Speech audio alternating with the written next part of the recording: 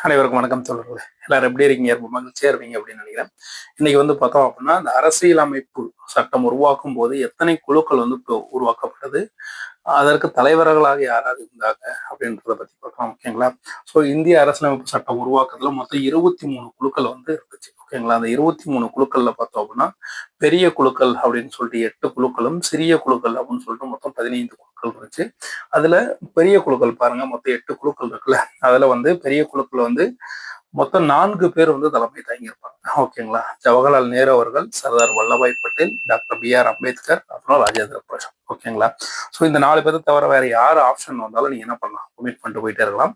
So இதுல first பாருங்க, ஒன்றிய அதிகார குழு, ஒன்றிய அரசியலமைப்பு குழு. ஓகேங்களா? இது அதிகார குழு, இது அரசியலமைப்பு குழு, மாநில குழு. இது மூணுக்குமே யார் தலைமை தாங்கியிருப்பா அப்படின்னா ஜவஹர்லால் நேரு அவர்கள்.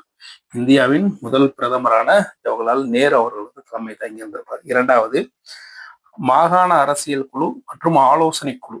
அதாவது மாகாண அரசியல் குழு, மாகாணம் அப்படின்றது பிரிட்டிஷ் இந்திய பகுதிகளை குறிக்குது. ஆலோசனை குழு அப்படின்றது யாரு? சர்தார் வல்லபாய் பட்டேல் தலைமை தாங்கி இருந்திருப்பாரு. அடுத்து பார்த்தோம்னா வரைவு குழு. வரைவு குழுவின் தலைவர் யார் அப்படின்னு சொல்லி நிறைய டைம் கொஸ்டின்ஸ் கேட்டிருக்காங்க. ஸோ அதற்கான தலைவர் யார்? நம்ம டாக்டர் BR அம்பேத்கர். ஸோ இந்த கொஸ்டின் ரிப்பீட்டடா நிறைய டைம் கேட்டதால மற்றதுல கொஸ்டின் வரதுக்கான வாய்ப்பு ரொம்ப அதிகம். ஓகேங்களா? அடுத்து செயல்முறை குழு, விதிகள் குழு. செயல்முறை குழுவோடைய விதிகள் குழு மற்றும் இயக்க குழு, இதோடைய தலைவர், இந்த 2 குழுக்களுடைய தலைவர் யார் அப்படின்னா நம்ம ராஜேந்திர பிரசாத், இந்தியாவின் முதல் குடியரசுத் தலைவர். ஸோ இவங்க 4 பேர் தான் இந்த முக்கியமான 8 குழுக்களுக்கு தலைமை தாங்கி இருந்திருப்பாங்க. அடுத்து பார்த்தோம் அப்படின்னா, இந்த ஆலோசனை குழு இருக்கு இல்லையா, இந்த ஆலோசனை குழுவின் கீழ் 4 குழுக்கள் உருவாக்கப்பட்டிருக்கும்.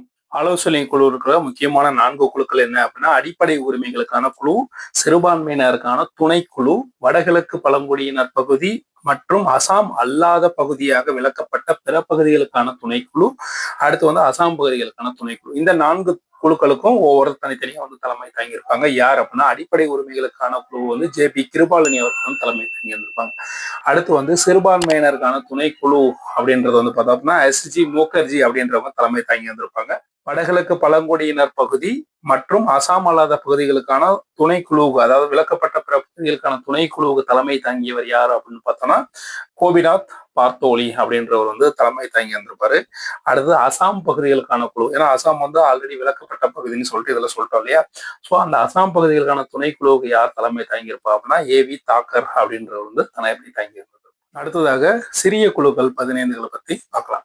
சிறிய குழுக்கள் பாருங்க, அரசியல் நிர்ணய சபையின் செயல்பாட்டு குழு அப்படின்றதுக்கு தலைவராக இருந்தவர் யாருன்னு அப்படின்னா GV மௌலாங்கர் அப்படின்றவர் தலைவராக இருந்திருப்பார். இரண்டாவது, வர்த்தக ஆணைய குழு அப்படின்றது தலைவரா டாக்டர் KM முன்சி தலைவராக பதவி வகித்திருந்திருப்பாரு. அடுத்து மூன்றாவதாக மன்ற குழு அப்படின்றதுக்கு டாக்டர் பட்டாபி சீதாராமையா அப்படின்ற ஒரு தலைவராக இருந்திருப்பாரு. அதே மாதிரி டாக்டர் பட்டாபி சீதாராமையா என்ன பண்ணுவார், தலைமை ஆணைய மாகாண குழு, தலைமை ஆணையர்களுடைய மாகாண குழுவுக்கும் பட்டாபி சீதாராமையா தான் தலைவராக இருந்திருப்பார். பிறகு தேசிய கொடிக்கான தற்காலிக குழு, அதுக்கு தலைவராக யார் இருந்திருப்பாங்க, JP கிருபாலினி மற்றும் ராஜேந்திர பிரசாத். இவங்க 2 பேருமே என்ன பண்ணுவாங்க, தலைவர்களாக இருந்திருப்பாங்க. பிறகு அரசியலமைப்பின் வரையறையின் சிறப்பு ஆய்வு குழு யார் தலைவராக இருந்திருப்பாரு அப்படின்னா ஜவஹர்லால் நேரு அவர்கள். அறிமுக ஆவணக்குழு அப்படின்றது தலைவரா அல்லாடி கிருஷ்ணசுவாமி தலைவரா பொறுப்பு இருந்திருப்பாரு. அடுத்தது நிதி மற்றும் ஊதிய குழுவுக்கு யார் தலைவராக இருந்திருப்பாருன்னா